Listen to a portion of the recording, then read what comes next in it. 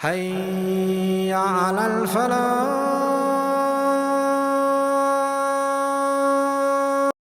A man and a woman becoming intimate outside of marriage is called zina. It is one of the greatest crimes in Islam. Murder, I told you before, murder is the taking of one's life, physical life, their body, doing damage to their body and making it, killing their body. And zina is killing of the soul, the ruh.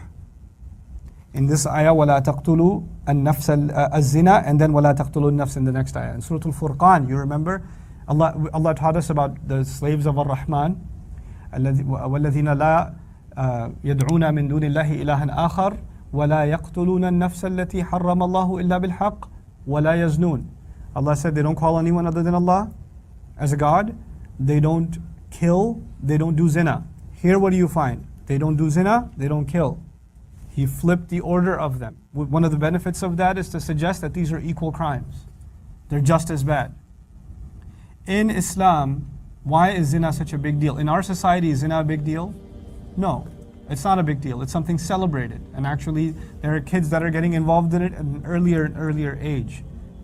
This is not something that we're safe from as Muslims. We were never safe from this, not even in the Sahaba's time.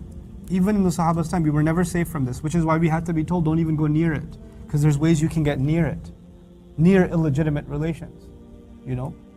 So now, back then, many of you don't know, but you're old enough to understand now.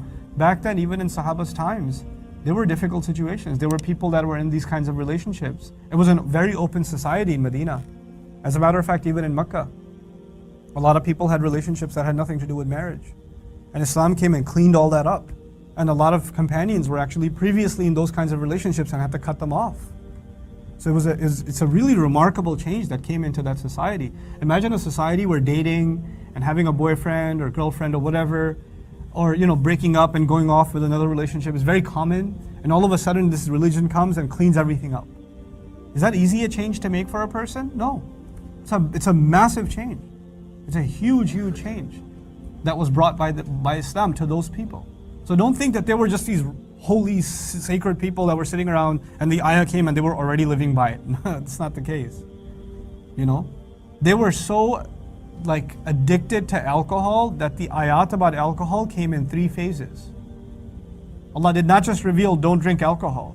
First He said the harm in it and the sin in it is more than its benefit.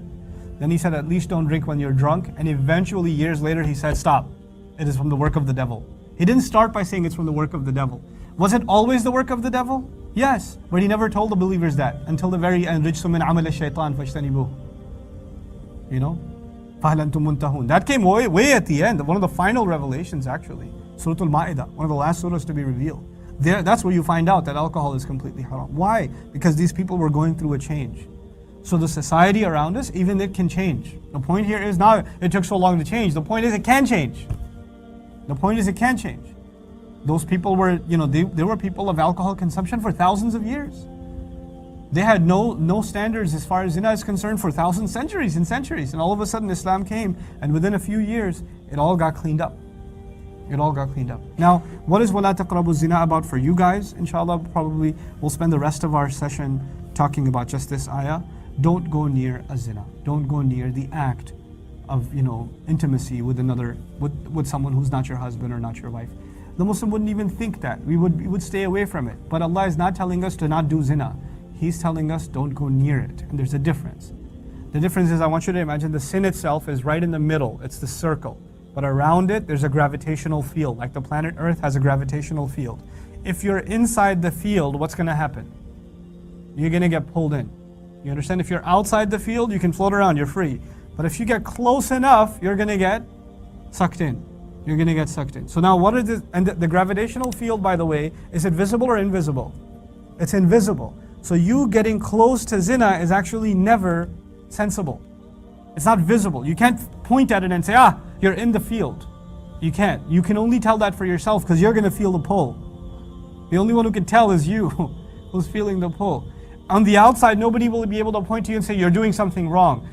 The only time they can point to you and say they're doing something wrong is when it's too late, you've already crashed.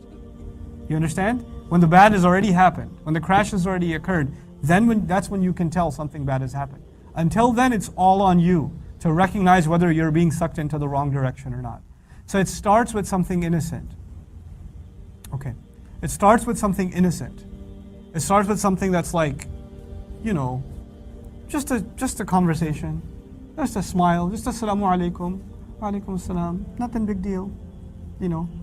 You guys are of the age now, you're going to become more and more curious about what you're worth, what your ratings are, and whether or not you get the kind of attention that you're hoping for. So you're going to make conversation, innocent conversation with a girl that you guys talk to, a girl at school, maybe a lab partner, maybe like a girl that sits the aisle over in the class. Hey, do you have yesterday's homework? Yeah. Wow, you have beautiful handwriting. Acha, beautiful handwriting. That's a good one. That's a good one. Thank you. Wow. Hey, aren't you in my other class? You know she's in your other class. But still, aren't you in my other class? Why, yes, I am. And then, little by little. And that was just, okay, then you're like, okay, that's enough for today. Tomorrow I shall try a little more. I got like a 4-month plan. Okay?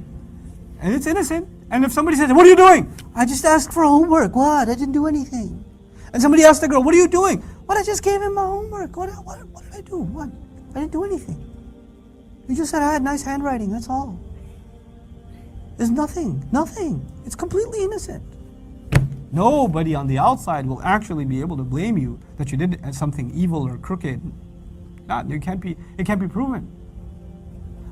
All you will find out though is there's something going on deep inside you, there's a feeling, nobody knows about except you, and that's the gravitational pull of zina. That little tiny little feeling. It's very innocent and cute and fuzzy at first. Feels kind of good. I feel kind of like, tingly. You know? Then from there, you're looking for that person. They don't realize you're looking at them, you're staring at them. Then from there, you try to find them on Facebook or somewhere else. And hey, I didn't know you're on Facebook. There's only like half the planet on it. How are you on it? It's amazing. You know, you start tagging and liking on Facebook. It's just innocent still. And a little compliment here and there, a few LOLs here and there. You know, phone numbers get exchanged, WhatsApp gets exchanged. Stuff happens. It happens little by little. One step at a time, drip by drip by drip. And you don't realize what you're getting involved in. She doesn't realize she's getting involved in. And this is how things go from nothing to everything. And it's terrible. Like people end up in terrible, terrible situations. And it's never going to be what you think. Never. You think it's, you know, like the movies or whatever, and then you end up with this person, and then you find out what they're really like, and a year later, I made a huge mistake, I want nothing to do with you, I don't even want to hear their name again, etc., etc. I hate them so much. Because that amusement is gone. See, the only thing that's making you curious about each other at this point is your raging hormones. That's all, especially for the boys. It's just your hormones. It's not genuine emotion. It's not, you know, Allah, when He describes marriage, you know how He describes marriage? He describes you, men, as muhsinin, with a sad, not with a sin. Muhsinin with a sad. You know what ihsan is? Ihsan is to bring people into a fort. Like a military fort. He says men should have the intention of marrying women, and when they marry them, it's like they brought them inside a fort. Like they're going to protect them from everything. And they're going to provide all of their needs. You know, ancient forts, they had food supplies for months and months and months. In what case? In case there's an attack from the outside. And nobody can penetrate this fort and get inside because it's got fortifications and it's, you know, it's secured over and over again. And they can deflect the attacks from the outside. Like you're bringing women into your camp, into your fort, into your protection. You're going to take care of every single one of their needs. Do you even understand what that means? You don't. Women have difficult emotions to understand for men. They do. Sometimes they're going to cry. You're not going to know why. And they won't tell you either. She'll be crying. Why are you crying? You wouldn't understand. Try me, I'll understand. You wouldn't understand. Okay, just leave me alone. I just need to be left alone. Fine, I'll just go play basketball. You go, and now she's really mad. Why are you mad? Because you left. I don't understand. Exactly. I told you you wouldn't understand. You'll learn that over time. It's not easy. You're now, when you get married, there are two people that have lived completely different lives. They don't know anything about each other, and they're going to spend the rest of their life together. It's going to take a while before they get used to each other.